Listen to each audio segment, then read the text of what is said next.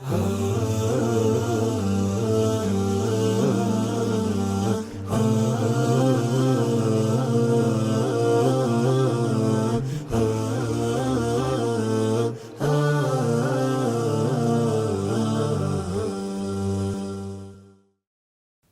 لله والصلاة والسلام على أشرف الأنبياء والمرسلين وعلى آله وصحبه والتابعين وبعد. عبد الله بن عمرو الله يسمك يه atunyumiza nti lumu babeera mu lugendo n'omubaka wa Allah sallallahu alayhi wasallama fanazalna manzila ne tubeerako we twakuba ensiisira we twali tugenda okusula. Bwe bakuba n'ensiisira wabaawo abantu abali mu kunoonyeza ensolo zaabwe omuddo n'amazzi, abalala bali mu kupanga weema zaabwe bagenda kusula, n'abalala bali mu birala. Tuba tuli awo tugenda okuwulira omukoowooze wa Nabbi sallallahu alayhi wasallama nga akoowoola ng'agamba nti as-salatu jami'a, ekigambo ekyalinga kikozesebwa okubakuŋŋaanya nga waliwo ensonga eguddewo. Agamba Abdullah ibn Amru nti olwo nno twakuŋŋaana awali Nabbi sallallahu alayhi wasallama n'atugamba ebigambo bino.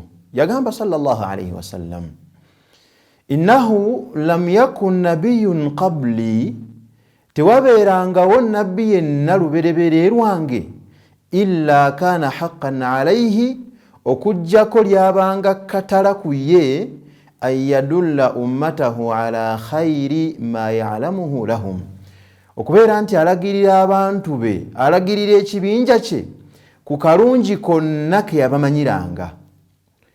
Wa yunzirahum sharra ma ya'lamuhu lahum, ate mu ngeri y'emu n'okubeekesa akabi ke yabamanyiranga.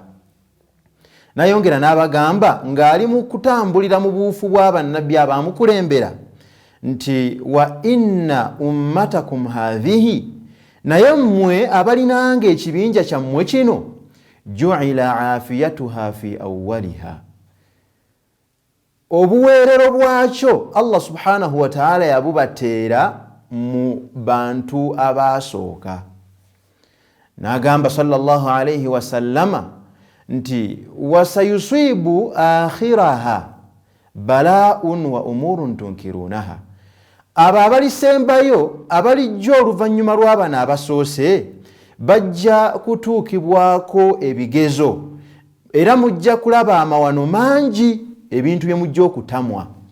Naye kyava agamba sallallahu alayhi wasallama, fataji'u fitanun, wagenda kujjawo ebikemo, yuraqiqu ba'duha ba'dan, nga buli kikemo kijja ne kiwewula kinnaakyo. Mubeera mukyali kugwa mbuzi kuyita mu malagala, ate nga wajjawo ekikemo ekirala nga kinene, nga kiri ekyayita kifuuka nga akaali akatono, paka hadithi gyetambula nekoma. Omubaka waffe Nabbi sallallahu alayhi wasallama tayinaayo kalungi konna okujjako nga akatubuulira, ate bw'amala okukatubuulira n'atukubiriza tukeekwateko. Mu ngeri y'emu teriiyo kabi konna okujjako nga Nabbi Muhammad sallallahu alayhi wasallama yakatubuulira, ate bw'amaliriza okukatubuulira n'akatwekesa. Ye ebintu ebiraga ensonga eyo nga bingi, abaddu ba Allah subhanahu wa ta'ala, ne kitegeeza nti obulungi bwonna, buli kalungi konna kafumbekedde mu kugoberera njigiriza Nabbi Muhammad sallallahu alayhi wasallama. Ate mu ngeri y'emu akabenja akanene osobola okugamba nti akabi konna kali mu muntu kwawukana ku njigiriza eya Nabbi Muhammad sallallahu alayhi wasallama. Yagamba Allah, falyahdhari alladhina yukhalifuna an amrihi an tusibahum fitnatun aw yusibahum adhabun alim. Bekeke amakulu, begendereze abaawukana ku kiragiro kya Nabbi Muhammad sallallahu alayhi wasallama nti bakutuukibwako akabenje, era bakukombezebwa ku bibonyoobonyo eby'amaanyi. Abantu bwe baawukana ku kiragiro kya Nabbi Muhammad sallallahu alayhi wa sallama, munnange bafuna akabenje. Akabenje kano kasobola okubeera mu ddiini, n'osanga ng'omuntu afunye obujeemu n'ajeemera Allah subhanahu wa ta'ala. Osobola okusanga nga omuntu agudde mu kuzuula mu ddiini ya Allah, oba kiyite bid'a, oba ekisembayo okubeera ekibi. Omuntu asobola okutuukira ddala ku buwakanyi, abadde alina obusiraamu n'abufiirwa n'afuuka omuntu atali musiraamu. Akabi nno kano kasobola oluusi okukwata edduniya y'omuntu. Kasobola okutukusanga mu nsi ne tubeera nga tufuna ebirwadde nga bwe biriwo olwaleero. Birwadde bimeka ebivudde ku bisiyaga. Tusobola okufuna ebizibu ebigwa tebiraze, ne tufuna ebizibu ebyenjawulo bwe gaba galwadde gakambwe, musisi, kuyuguumya nsi n'ebirala ebifaanaganako bwe bityo. Kyokka ng'ebyo ng'obijjeewo, ate akabenje akasinga obunene, omuntu bw'afiira ku mbeera eyo nga teyeenenyezza eri Allah, munnange aba agenda kukombezebwa ku bibonyoobonyo ebiruma ku lunaku olw'enkomerero. Abaddu ba Allah subhanahu wa ta'ala, abantu buli we bayitirira okwawukana ku kiragiro kya Nabbi sallallahu alayhi wa sallama, munnange ebizibu biyitirira. Menye kindeke ki, olwaleero kyeyogerera. So nga ate emirembe gyakulemberwa gyakuumibwa ne gifuna obuweerero olw'ensonga nti baayitiriza okwekwata ku njigiriza ya Nabbi Muhammad sallallahu alayhi wa sallama.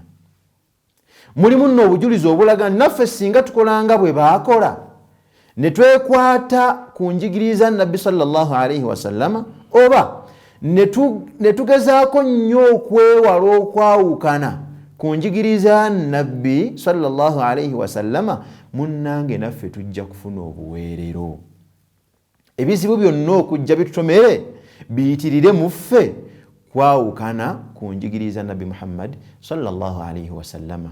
Awo nno we wasibuka enjawukana, ate enjawukana bwe zijja, munnange n'ebinene ebirala bibeera byakujja. Nkubiriza omwoyo gwange n'ejammwe tubeere basaale nnyo mu kukwata ebiragiro bya Nabbi sallallahu alayhi wa sallama. Ekiragiro kya Nabbi tekiringa ekiragiro ky'omuntu omulala mu ffe. N'olwekyo bw'abanga alina ensonga gy'atulagiridde, ensonga eyo esaana kubeera nti ekwatibwa n'amannyo magego. Ffenna ffenna tugigondere, tujyanirize, tugyekwateko, tuleme kukiwa ndowooza yakubiri. Kubanga bwe tunaakola ekyo, akabenje kagenda kubeera nti katusanga. Tusaba Oweekitiibwa Allah subhanahu wa ta'ala atuwe okugondera ebyo n'okugoberera ebyo ebyatuyigirizibwa Nabbi waffe sallallahu alayhi wa sallama. Assalamu alaykum.